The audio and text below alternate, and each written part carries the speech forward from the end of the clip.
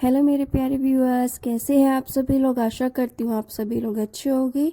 कहानी के लिए मेरे चैनल को सब्सक्राइब कीजिए, कहानी को लाइक को शेयर ज़रूर कीजिएगा और कहानी कैसी लगी प्लीज़ कमेंट बॉक्स में ज़रूर बताइएगा। कहानी को लेकर कोई भी राय या सुझाव हो वो भी कमेंट बॉक्स में ज़रूर दीजिएगा। तो शुरू करते हैं आज की अपनी कहानी। भगवान ने बड़ी फुर्सत से बनाया था उसे, गजब की खूबसूरत थी। मेरे पड़ोस में ही रहती थी। बालकनी में बैठकर घंटों देखता रहता था। परिवार के नाम पर चाचा चाची थे। जब से दुनिया को जाना समझा, बस चाचा चाची को ही माता पिता के रूप में देखा था। उन्होंने ही बताया था कि एक दुर्घटना में मेरी मम्मी पापा की मौत हो गई थी और उसी दिन भी मैं चाची के पास घर पर था, इसीलिए बच गया था।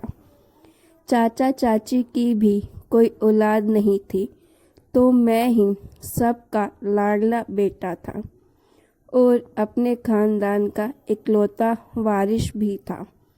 मम्मी पापा की मौत के बाद चाचा चाची गांव छोड़कर शहर में बस गए थे और वहां गजब की खूबसूरत पड़ोसन मेरे दिल को भाने लगी थी।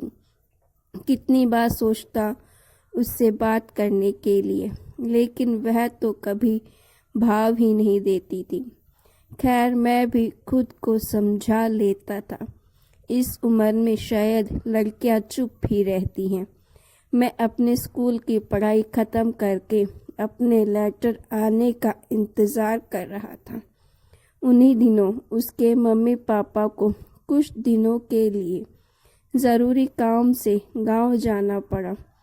उसकी 10वीं की परीक्षा थी, इसीलिए उसे हमारे घर छोड़ दिया। उसे पेपर दिलाने जाना और लाने की जिम्मेदारी मुझे सौंप दी। तब मुझे पता चला उसका नाम रागनी था। कितना सुंदर नाम है। मैं तो सपने देखने लगा। रागनी और विनीत एक साथ सुनने में ही कितने अच्छे लगते हैं। अब मुझे भी नया काम मिल गया था। रागनी को एग्ज़ाम सेंटर छोड़ना और वापस लेकर आना। मैं तो मन ही मन सपने देखने लगा था। रागनी और विनीत की जोड़ी एक साथ कितनी सुंदर लगती है। हम दोनों सिर्फ एक दूसरे के लिए बने हैं।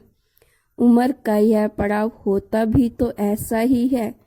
बड़े बुजुर्ग गलत नहीं कहते थे, नादान उम्र में संभल कर रहना चाहिए।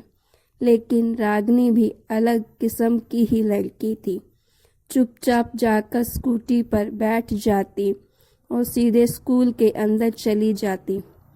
घर आते समय भी उसका यही हाल होता था। बात करने की कोशिश करो तो बस सर हिलाकर जवाब दे देती थी।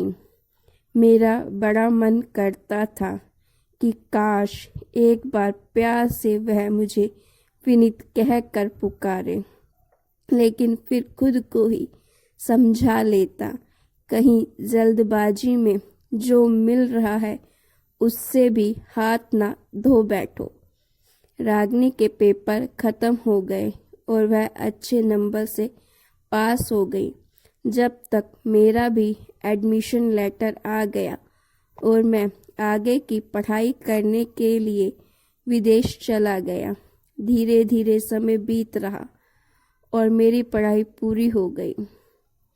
मुझे विदेश में नौकरी भी मिल गई। अब मैं सोचने लगा घर वापस जाकर चाचा चाची से अपने और रागनी के रिश्ते की बात कर लूं। रागनी के पापा भी क्यों मना करेंगे। मुझ पर विश्वास था, तभी तो उसे मेरे साथ भेज देते थे, तो जीवन भर के लिए भी विश्वास कर लेंगे। भगवान की मर्जी हुई तो इस बार रागनी को दुल्हन बनाकर साथ लेकर ही वापस आऊँगा और मैं अगले दिन ही अपने देश के लिए, अपने घर के लिए निकल गया। रागनी के पापा मुझे बाहर ही खड़े मिल गए। देखकर बोले, आ गए बेटा, और मुझे गले लगा लिया। उन्हें देख ऐसा लगा जैसे वह पहले से ही मेरे आने का इंतजार कर रहे हों। शायद चाचा चाची ने उन्हें मेरे आने की खबर दे दी होगी। घर जाते ही चाची जी ने चाय नाश्ता कर कर मेरे बिना कुछ बोले ही पूरे मोहल्ले की कहानी सुना दी, जिसमें रागनी के बारे में बताया कि उसकी शादी हो गई थी, लेकिन लोभी लालची इंसानों के बीच फंस गई थी बेचारी। वह तो भला हो उनके पड़ोसी का, जिन्होंने समय पर रागनी के पापा को खबर कर दी और समय रहते वह उसकी जान बचा लाए, नहीं तो पता नहीं क्या होता उसके साथ। जब से बस चुपचाप से पिता के घर में ही रहती है। अब तो उसकी मम्मी पापा कहते हैं दुनियादारी शादी ब्याह का नाम भी नहीं सुनना चाहते हैं। यह सब सुन मेरे पैरों तरह से जमीन निकल गई। इतना सब कुछ हो गया और किसी ने मुझे कुछ बताया तक नहीं। चाची जी बोली, तुझे इसीलिए नहीं बताया कि तुम वहाँ परेशान ना हो। उदास मन से मैं तुरंत रागनी के घर गया। सामने ही उसे देख बड़ी मुश्किल से खुद को संभाल पाया। खूबसूरत तो वह पहले ही थी, लेकिन अब चेहरे पर अजीब सी नाराजगी के भाव स्पष्ट नजर आ रहे थे। मैंने पूछा, कैसी हो रागनी? वह बोली, क्यों पूछ रहे हो? बचपन के दोस्त हैं इसीलिए। दोस्त? जब मैं 7 फेरे ले रही थी तब तुम कहाँ थे? गलत ही क्या कह रही थी वह। उसे बिना कुछ बोले विदेश चला गया। सोचा था कुछ बनकर आऊँगा, लेकिन ना इजहार ना इकरार ना कभी उसका हाल चाल लिया, ना बात करने की कोशिश करी। अरे बेटा बैठो, चाय नाश्ता लेकर आता हूँ। रागनी की माँ की दर्द भरी आवाज़ सुनकर कदम वहीं ठहर गए और मैं बैठ गया। फिर रागनी के पापा ने बताया कि उस दुनिया में राक्षस कैसे दिखो कि नकाब ओढ़कर घूमते हैं। पहचानने में जीवन की सबसे बड़ी भूल हो गई। सामने से रिश्ता लेकर आए थे कि एक जोड़ी में कपड़े में ले जाएंगे आपकी बेटी को। हमें दान दहेज कुछ नहीं चाहिए, बस अपनी बेटी हमें दे दो। लेकिन कुछ दिन बाद ही रागनी को परेशान करना शुरू कर दिया। बस बेटा जान बच गई। इसकी हालत इतनी खराब थी कि तुरंत तलाक मिल गया और उन्हें जेल हो गई। रागनी चाय लेकर आई तो मेरे आंसू नहीं रुक पाए।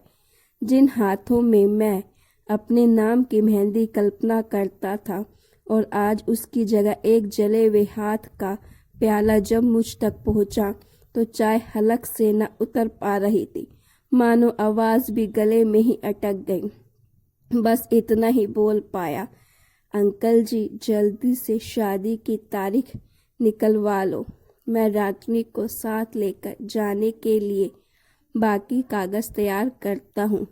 रागनी का इलाज भी विदेश में अच्छे से हो जाएगा। सबके चेहरों पर खुशी की लहर डोल पड़ी और शादी की तैयारी में लग गए। पता नहीं क्या ऐसी खामोशी थी हमारे बीच जो बिना कुछ बोले ही दोनों के दिलों से प्यार का इजहार होता रहा था। यह सुनकर रागनी के पापा की भी आंखें भर आई और बोले, बेटा मैं तो जीवन भर का दुख इसकी झोली में डाल दिया था, लेकिन इसको दुख दूर करने के लिए भगवान ने फरिश्ता भेज दिया। आज लाल जोड़े में रागनी की खूबसूरती में 4 चांद लग रहे थे। मैं तो बस घंटों उसकी खूबसूरती में खो जाना चाहता था, लेकिन जल्दी जल्दी सारे काम भी तो पूरे करने थे। और फिर वह दिन भी आ गया जब हम उड़ चले अपनी नई दुनिया बसाने। तो गाइस आपको ये स्टोरी कैसी लगी, अच्छी लगी तो प्लीज़ लाइक ज़रूर कीजिएगा और ऐसी स्टोरीज़ के लिए मेरे चैनल को सब्सक्राइब करना मत भूलिएगा।